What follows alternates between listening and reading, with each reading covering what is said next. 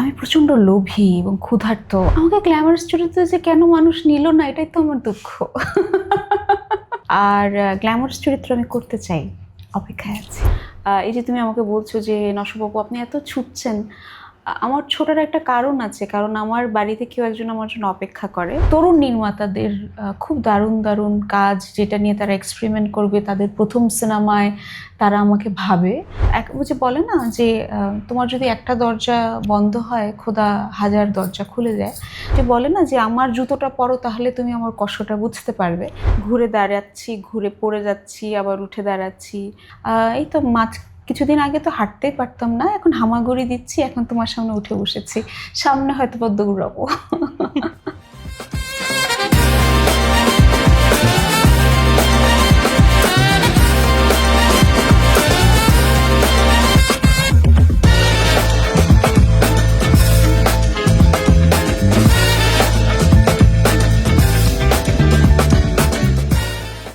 দর্শক, prime entertainment থেকে আপনাদের জানাচ্ছি স্বাগত। গেস হোয়াট, আজকে আমাদের মাঝে কে আছে? আজকে এমন একজনকে পরিচয় করিয়ে দিচ্ছি, যিনি একাধারে অভিনয় শিল্পী, মডেল এবং নির্দেশক। কথা বলছি কাজী নওশবা আপুকে নিয়ে। আপু কেমন আছেন? আলহামদুলিল্লাহ, খুব ভালো আছি। কিন্তু তুমি যে এত বড় বড় কথাগুলো বললে, এটা শুনে একটু ভয় পেয়ে না? আপনি তো হাজার গুণে গুণবতী। না, সবে মাত্র পথ চলা শুরু করেছি। আচ্ছা, আমরা আপনাকে মডেল, অভিনেত্রী এবং নির্দেশক 3 রূপেই চিনি।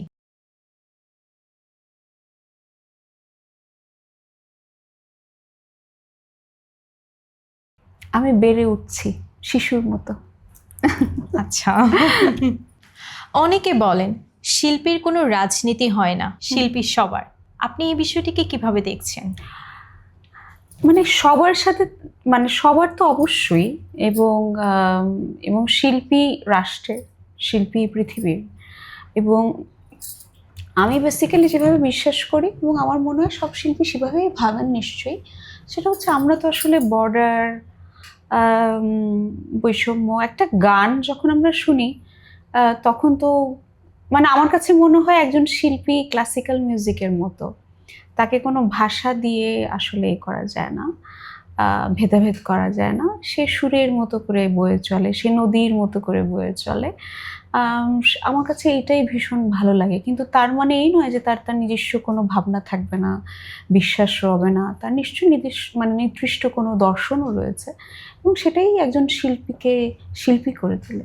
ক্যারিয়ারের শুরু থেকেই আপনাকে গ্ল্যামারাস চরিত্রে না দেখে ভিন্ন ধর্মী চরিত্রে দেখা গেছে। এই ধরনের চরিত্র নির্বাচনের ক্ষেত্রে আপনার নিজস্ব ভাবনা কি? আমাকে গ্ল্যামারাস চরিত্রে যে কেন মানুষ নিল না, এটাই তো আমার দুঃখ। মেবি গ্ল্যামারাস কি মানে হতে গেলে আমি জানি না, আমি তো নাচটাও পারি, গানটাও পারি, মারামারিও করতে পারি, কিন্তু কেন জানি গ্ল্যামারাস চরিত্রে কেউ ডাকলো না, এটা খুব কষ্টের বিধি। বাট অফকোর্স আমি আসলে ভিন্ন ধর্মী ভেবে তো চরিত্রগুলো করিনি, চরিত্রগুলো আমাকে বেছে নিয়েছে। এবং আমি আমার মনের কথা শুনেছি, যে চরিত্র মনে হয়েছে অনুঘটক হবে, সেই চরিত্রগুলো করার চেষ্টা করেছি। সেই কারণে কাজের সংখ্যা অনেক কম, বাট সেটাতে আমার কোনো আফসোস নেই, কারণ আমি যে কাজটাই করেছি ভালোবেসে করেছি, সততা নিয়ে করার চেষ্টা করেছি। আর গ্ল্যামারাস চরিত্র আমি করতে চাই, অপেক্ষায় আছি। আচ্ছা। আপনি যখন জীবনের সবচেয়ে কঠিন পরিস্থিতির মধ্য দিয়ে যাচ্ছিলেন, একজন মা হিসাবে আপনার একমাত্র কন্যাকে কিভাবে আগলে রেখেছিলেন? ও আমাকে আগলে রেখেছিল, আমি কি ওকে আগলে রাখবো? আমি তো, আমার মা তো বলে আমি বড় হই না, আমি আমার শিশু মনটা নাকি একটা জায়গায় আটকে গেছে, ইকরিতে আটকে গেছে সিসিমপুরের। আমার আমার মনে হয় আমার মেয়েই আমাকে আগলে রেখেছে। আজকে আমি যতটুকু এসেছি, ঘুরে দাঁড়াচ্ছি, ঘুরে পড়ে যাচ্ছি, আবার উঠে দাঁড়াচ্ছি। এই যে তুমি আমাকে বলছো যে নশবাবু আপনি এত ছুটছেন, আমার ছোটার একটা কারণ আছে, কারণ আমার বাড়িতে কেউ একজন আমার জন্য অপেক্ষা করে। শুধুমাত্র যে আমার মানে সন্তানের কথা বলবো না, আমার মা আছে এবং আমার 4 পেয়ে আমার সন্তানেরা আছে, যারা আমার জন্য অপেক্ষা করে, আমার গাছগুলো আছে। তো তারাই আমাকে আগলে রেখেছে, আমি তো চেষ্টা করি মাত্র। দীর্ঘ ক্যারিয়ারে এমন কোনো চরিত্র কি আছে যা করার পরে মনে হয়েছে হ্যাঁ, এই চরিত্র অভিনয় করার জন্যই আপনি এতদিন অপেক্ষায় ছিলেন? আমি প্রচণ্ড লোভী এবং ক্ষুধার্ত। আমার তো একটা চরিত্র শেষ হওয়ার পর মনে হয়, যতক্ষণ ওটা করি ততক্ষণ মনে হয় যে এই চরিত্রটা আমাকে অক্সিজেন দিচ্ছে, এই চরিত্রটার কারণে এক ধরনের কৌতূহলী, আমি প্রচণ্ড উল্লাসে থাকতে পছন্দ করি, কৌতূহলে থাকতে পছন্দ করি। এক জীবনে এতগুলো চরিত্র করতে পারছি, এটাই তো একটা দারুণ বিষয়। এবং আমার কাছে মনে হয় যে অভিনয় শিল্পটা আরেকটা কারণে আমার ভীষণ সম্মানজনক মনে হয়, কারণ এটা মানুষকে আরও সংবেদনশীল করে। কারণ আমি তখন ওই যে বলে না যে আমার জুতোটা পরো তাহলে তুমি আমার কষ্টটা বুঝতে পারবে, তো আমরা যেহেতু অনেকের জুতো পরি চরিত্রটা করার জন্য, সো এই কারণে আমার মনে হয় যে অভিনয়ের জীবনের যে একজন মানুষের যে সংবেদনশীল হওয়া প্রয়োজন এই পৃথিবীতে, এই ক্রুয়েল ওয়ার্ল্ডে, সেটা একজন অভিনয় শিল্পীর খুব সহজে হওয়া সম্ভব। সো আমি এটা ভীষণভাবে এনজয় করি। সো আমি এখনই বলতে পারবো না যে তুমি তোমাকে রিটায়ারমেন্টে পাঠিয়ে দিচ্ছ যে কোন চরিত্র, বাট হ্যাঁ বিশেষ চরিত্র তো অবশ্যই রয়েছে, যেমন ধরো ইকরি, অন্তরা, নুহাসেন অন্তরা। আমার একটা প্রথম সিনেমার চরিত্র ছিল মিলি, এবং অবশ্যই সিদ্ধার্থ, যে চরিত্রটা আমি করি। সো এই চরিত্রগুলো আমাকে গড়েছে এবং মানুষ হিসেবে আমি চেষ্টা করছি আর একটু ভালোর দিকে যাওয়ার। সাদাত হোসেন মন্টুর কালজয়ী ও মনস্তাত্ত্বিক গল্প ঠান্ডা গোস্ত, এই ক্লাসিক গল্পটিকে ঠান্ডা গোস্ত 2.0 হিসাবে বর্তমান সময়ে প্রেক্ষাপটে নিয়ে আসার ভাবনাটি কিভাবে এলো? এটা তো credit goes to the directors actually, Muhu এবং সিজু। ওরা ভীষণ আদরের, ওরা ভীষণ ভালো। এবং আই এম ভেরি লাকি যে আমি ইয়াং মাইন্ডদের সাথে কাজ করতে বরাবরই খুব পছন্দ করি। সো ওরা আমাকে চয়েস করে, সেটা নুহাস বলো, সেটা সিজু বলো। আমি খুবই লাকি যে আমি হয়তোবা বাংলাদেশের অনেক বড় বড় ডিরেক্টরদের সাথে কাজ করিনি, তাদের কাজ দেখার সৌভাগ্য হয়েছে, কিন্তু আমি তরুণ নির্মাতাদের খুব দারুণ দারুণ কাজ, যেটা নিয়ে তারা এক্সপেরিমেন্ট করবে, তাদের প্রথম সিনেমায় তারা আমাকে ভাবে। সো এবং খুবই এক্সাইটিং চরিত্রের জন্য ভাবে। তো এটা একটা দারুণ ব্যাপার। এবং মান্টোর এই কাজটা তো আসলে সবারই পড়া, তো এটার এই মুহূর্তে তো পৃথিবী জুড়ে, স্পেশালি বাংলাদেশের জন্য তো এটা একটা দারুণ, আমার কাছে মনে হয় খুবই প্রয়োজনীয়। এবং দেখো, আমরা যারা শিল্পী মানুষ আছি তাদের তো আসলে আমরা তো কিছু কমিউনিকেশন করতে চাই, আমরা কিছু বলতে চাই শিল্পের মাধ্যমে। যেমন ধরো তুমি থিয়েটারের কথা বলছো, থিয়েটার যেমন আমাদের একটা প্রচণ্ড প্রেমের জায়গা, কিন্তু সেটা আমার কাছে মনে হয় থিয়েটার এমন একটা জায়গা যে জায়গায় আসলে আমরা উৎকর্ষ সাধন করতে পারি। ঠিক তেমনি সিনেমাও সেটা, যে তুমি মানে কোটি কোটি মানুষ, এখন তো আসলে এই গ্লোবাল ভিলেজে সিনেমার যে শক্তি সেটাকে তো অগ্রাহ্য করার কোনো অপশনই নাই। তো সেখানে যখন আমরা আমাদের দেশে যেমন রামিসার ঘটনা ঘটছে, আফিয়ার ঘটনা ঘটছে, এবং এই যে আমরা একটা অদ্ভুত গুমোট সময়ের ভিতর দিয়ে পার করছি, আমি নারী হিসেবে শুধু নিরাপত্তাহীনতায় ভুগি না, আমি মানুষ হিসেবে ভুগি।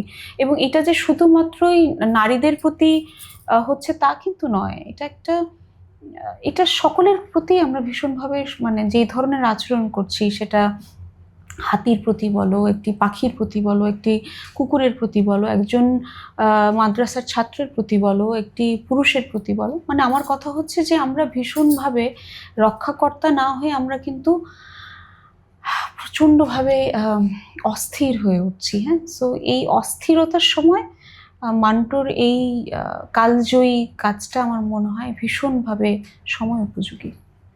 শাহনেওয়াজ খান সিজু ও সুমাইয়া আরজু মোহ, এই দুই পরিচালকের মেলবন্ধনে কাজের অভিজ্ঞতা কেমন ছিল? ভীষণ ভালো লেগেছে, ওরা ভীষণ আদরের, একটু আগেই বললাম খুবই ট্যালেন্টেড, এবং এরকম একটা সাবজেক্ট নিয়ে ওরা কাজ করছে। এটা ভীষণ আশার কথা যে সংবেদনশীলতার যে চর্চাটা, যে আমরা যে প্রশ্ন করছি অথবা প্রশ্নের উত্তর খুঁজছি, অথবা এই যে বোধের একটা চর্চা, নিজেকে খোঁজার একটা চেষ্টা, মান্টো যেভাবে সমাজের এই দিকগুলো উঠিয়ে এনেছেন, সেটা এই সময় নিয়ে এসে ভাবা, এটা একটা দারুণ এক্সারসাইজ। এই এক্সারসাইজগুলো তো খুব বেশি প্রয়োজন আমাদের সংস্কৃতির জন্য, আমাদের মানবিকতার জন্য। আপনার ক্যারিয়ারের শুরুর দিকে মুক্তির আলোয় আলোয় বা আগুনে নওশোবার সাথে আজকের নওশোবার কতটা ভিন্নতা রয়েছে? ওই যে আমি বললাম, আমি ধীরে ধীরে বেড়ে উঠছি। এই তো কিছুদিন আগে তো হাঁটতেই পারতাম না, এখন হামাগুড়ি দিচ্ছি, এখন তোমার সামনে উঠে বসেছি, সামনে হয়তো বা দৌড়াবো। অভিনয় ও মঞ্চের পর এবার চলচ্চিত্র পরিচালক হিসেবে আত্মপ্রকাশ করেছেন সোমেশ্বরী দিয়ে। ক্যামেরা অ্যাকশনের ওপাশ থেকে ডিরেক্টরের চেয়ারে বসা এই রূপান্তরের অভিজ্ঞতা কেমন ছিল? আমার সকল কিছুই ভালো লাগে গো। এটা তো অস্বীকার করার কিছু নেই যে মানুষ নিজেকে সবচেয়ে বেশি ভালোবাসে। আর আমি বারবার বলছি যে আমি শিক্ষানবিশ, আমি মানে শেষ জীবন পর্যন্ত ছাত্রী হিসেবেই থেকে যেতে চাই। তো নির্দেশক এই শব্দটা বিশাল বড়, অনেক গভীর, অনেক গহীন। তো এটা সবেমাত্র যাত্রা শুরু করেছি। তো আমি খুব দুরু দুরু পায়ে এগিয়ে যাচ্ছি এবং আমার বন্ধুদের প্রতি আমি ভীষণভাবে কৃতজ্ঞ যে তারা আমাকে ভীষণভাবে ইন্সপায়ার করছে, এবং সবচেয়ে বেশি ইন্সপায়ার করছে আমার মেয়ে। তো প্রকৃতি তো ওই যে বললাম না যে ওই আমাকে আগলে রেখেছে। আমি যে একজন নির্দেশক হিসেবে কাজ করতে পারি 18 সালের পর, যখন সব কিছু থেমে গেল, তখন আসলে আমার কাছে মনে হলো যে ওই যে বলে না যে তোমার যদি একটা দরজা বন্ধ হয়, খোদা হাজার দরজা খুলে দেয়। তো আমি সেই সাহসটা নিতে পেরেছিলাম যে আমি বাকি দরজাগুলো ভিতর দিয়ে হেঁটেছি, এবং সেক্ষেত্রে আমার পিতামাতা, আমার বন্ধু এবং আমার মেয়ের অনেক অনেক অবদান। সো আমি সেই পথেই হাঁটছি, এবং 18 সাল থেকেই কিন্তু আমি অভিনয়টা খুব কম করতে পারলেও আমি কিন্তু নির্দেশন হিসেবে নিজেকে তৈরি করার চেষ্টা করছি। এখন একটা তো ডিরেকশন দিলাম, সেখানেও সম্মিলিতভাবে গ্রিন ফিল্মসের আন্ডারে, সেখানে আমরা সব বন্ধুরা মিলে কাজটা করেছি। সেটার নাম হচ্ছে সোমেশ্বরী। আর সামনে দুটো স্ক্রিপ্টিংয়ের কাজ চলছে। সিনেমাটা বানাতে চাই, বন্ধুদেরকে সাথে নিয়ে বানাতে চাই। তোমার এবং সকলের আশীর্বাদ না হলে তো হবে না। নওশোবা আহমেদ এক কথায় আবেগী নাকি সাহসী? সংবেদনশীল মানুষ। যারা নতুন স্বাধীন চলচ্চিত্র নির্মাণ করতে চাচ্ছেন বা অভিনয় করতে চাচ্ছেন, তাদের উদ্দেশ্যে আপনার পরামর্শ কি? আসলে এটা তো আসলে জ্ঞান দেওয়ার মতো আমি এমন কোনো মানুষ নই যে বলবো। আমি নিজেও এখন শিখছি, আর যতটুকু বলতে পারি সেটা হচ্ছে দেখো, এক একজনের ক্ষেত্রে না এক এক রকম, মানে টোটকাটা এক এক রকম। হ্যাঁ, তো ধরো সবাই তো একইভাবে জিনিসটাকে অ্যাডপ্ট করবে না, সেটাই স্বাভাবিক না? এই বৈচিত্র্যময়তাটাই সুন্দর। কেউ হয়তো বা থিয়েটার করে আসবেন, কেউ থিয়েটার না করে আসবেন। যেমন ধরো থিয়েটার করে সেও অনেক ভালো অভিনয় শিল্পী আছেন, সেটা তো আমরা জানি। একজন মামুনুর রশিদ আছেন, ফেরদৌসী মজুমদার আছেন, আমাদের মোশাররফ করিম আছেন। ঠিক তেমনি থিয়েটার না করে এসেও কিন্তু আমরা মেহজাবিনকে পাচ্ছি, আমরা নিশোকে পাচ্ছি, শরীফুল রাজকে পাচ্ছি। তো আসলে এক একজনের জার্নিটা এক এক রকম, কিন্তু একাগ্রতাটা ভীষণ প্রয়োজন, নিজের উপর বিশ্বাসটা প্রয়োজন, এবং সবচেয়ে বেশি প্রয়োজন হচ্ছে ধৈর্য। পকেটে 200 টাকা, 100 টাকা, 50 টাকা থাকলেও যদি তুমি স্বপ্ন দেখো যে না, তুমি অভিনয়টা ছাড়া থাকতে পারবে না, অভিনয় ছাড়া তুমি নিঃশ্বাস নিতে পারছো না, আমার মনে হয় তাহলেই আসা উচিত। আপু, আপনাকে অনেক অনেক ধন্যবাদ আমাদেরকে সময় দেওয়ার জন্য। আশা করছি আপনি সামনে দর্শকদের আরও সুন্দর সুন্দর কাজ উপহার দিবেন। থ্যাংক ইউ ভেরি মাচ এত সুন্দর সুন্দর প্রশ্ন করার জন্য, এবং তোমার এই হাসি মুখটা সবসময় এরকমই রেখো। Thank you. দর্শক, আপনাদেরকে ধন্যবাদ আমাদের সাথে এতক্ষণ থাকার জন্য। আমাদের পরবর্তী শো দেখার জন্য আপনাদেরকে আমন্ত্রণ জানিয়ে এখানেই বিদায় নিচ্ছি। আমি বিথিরানী মণ্ডল।